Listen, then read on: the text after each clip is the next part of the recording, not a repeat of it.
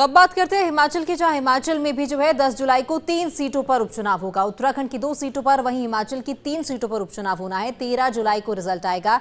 केंद्रीय चुनाव आयोग ने तारीखों का ऐलान कर दिया है। 14 से 21 तारीख तक जो है नामांकन दाखिल किए जाएंगे। कांगड़ा, सोलन और हमीरपुर में जो है आदर्श चुनाव आचार संहिता लागू हो चुकी है। 26 जून को नामांकन वापसी होगी। 5 जुलाई को चुनाव प्रक्रिया पूरी होने के बाद आचार संहिता हट जाएगी। तो केंद्रीय चुनाव आयोग ने जो है हिमाचल प्रदेश की 3 विधानसभा सीटों पर उपचुनाव की तारीखों का ऐलान कर दिया है। हिमाचल की 3 सीटों पर उपचुनाव होगा। ये 3 सीटें वो जब 3 निर्दलीय विधायकों की ओर से इस्तीफा दिया गया था। 3 जून को इन तीनों का जो है इस्तीफा मंजूर हुआ, जिसके बाद इन तीनों निर्दलीय विधायकों की ओर से जो है बीजेपी ज्वाइन की गई थी।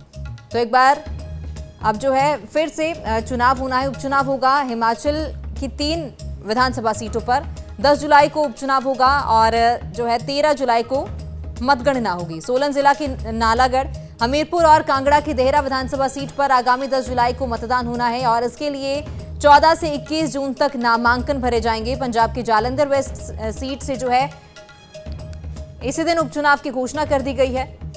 तो आपको बता दें कि हिमाचल के 3 वो निर्दलीय विधायक जिन्होंने इस्तीफा दिया और उसके बाद बीजेपी ज्वाइन की, होशियार सिंह देहरा से, इसी के साथ आशीष शर्मा और केएल ठाकुर। तो होशियार सिंह देहरा से जो है, इसी के साथ आशीष शर्मा है और केएल ठाकुर है। तो ये 3 सीटें हैं, देहरा, हमीरपुर और नालागढ़ की सीट, जहां पर उपचुनाव होना है, क्योंकि इन तीनों विधायकों की ओर से इस्तीफा दिया गया और उसके बाद जब इस्तीफा मंजूर हुआ तो बीजेपी इन्होंने ज्वाइन की। इन्होंने अपनी जो आजाद प्रत्याशी के रूप में विधायकी थी उसको बेचा है। या तो ये इतने संत होते कि सोचते कि हम राजनीति छोड़ रहे हैं, हम इतने दुखी हो गए, चुनाव भी लड़ना चाहते हैं, अपनी विधायकी को बेचकर फिर दोबारा से प्रत्याशी बनना चाहते हैं। ये देखने वाली बात है और हिमाचल की जनता ने तय करना है। हिमाचल की जनता ने तय किया और मेरा मानना है कि ये तीनों विधानसभा क्षेत्र की जनता ने भी तय करना है कि ईमानदारी से जो आपने 5 साल के लिए चुनकर जो विधायक बेचे थे, उन्होंने 1.5 साल में क्यों इस्तीफा दिया और क्या अगले 3.5 साल का चुनाव लड़ेंगे कि नहीं लड़ेंगे। तो अब बात करते हैं हिमाचल की, जहां हिमाचल में भी जो है 10 जुलाई को 3 सीटों पर उपचुनाव होगा। उत्तराखंड की 2 सीटों पर, वहीं हिमाचल की 3 सीटों पर उपचुनाव होना है। 13 जुलाई को रिजल्ट आएगा। केंद्रीय चुनाव आयोग ने तारीखों का ऐलान कर दिया है। 14 से 21 तारीख तक जो है नामांकन दाखिल किए जाएंगे। कांगड़ा, सोलन और हमीरपुर में जो है आदर्श चुनाव आचार संहिता लागू हो चुकी है। 26 जून को नामांकन वापसी होगी। 5 जुलाई को चुनाव प्रक्रिया पूरी होने के बाद आचार संहिता हट जाएगी। तो केंद्रीय चुनाव आयोग ने जो है हिमाचल प्रदेश की 3 विधानसभा सीटों पर उपचुनाव की तारीखों का ऐलान कर दिया है। हिमाचल की 3 सीटों पर उपचुनाव होगा। ये 3 सीटें वो जब 3 निर्दलीय विधायकों की ओर से इस्तीफा दिया गया था।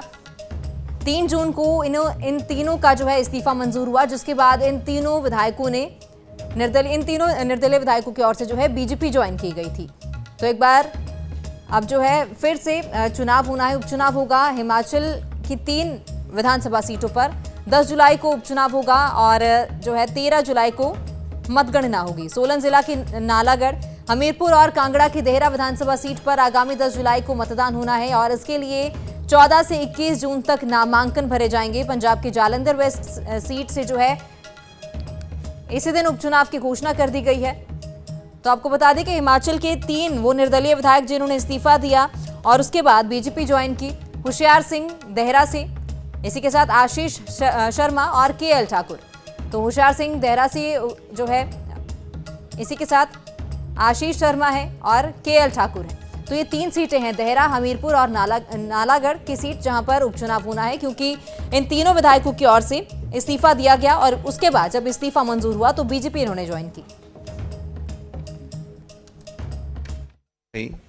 इन्होंने अपनी जो आजाद प्रत्याशी के रूप में विधायकी थी उसको बेचा है।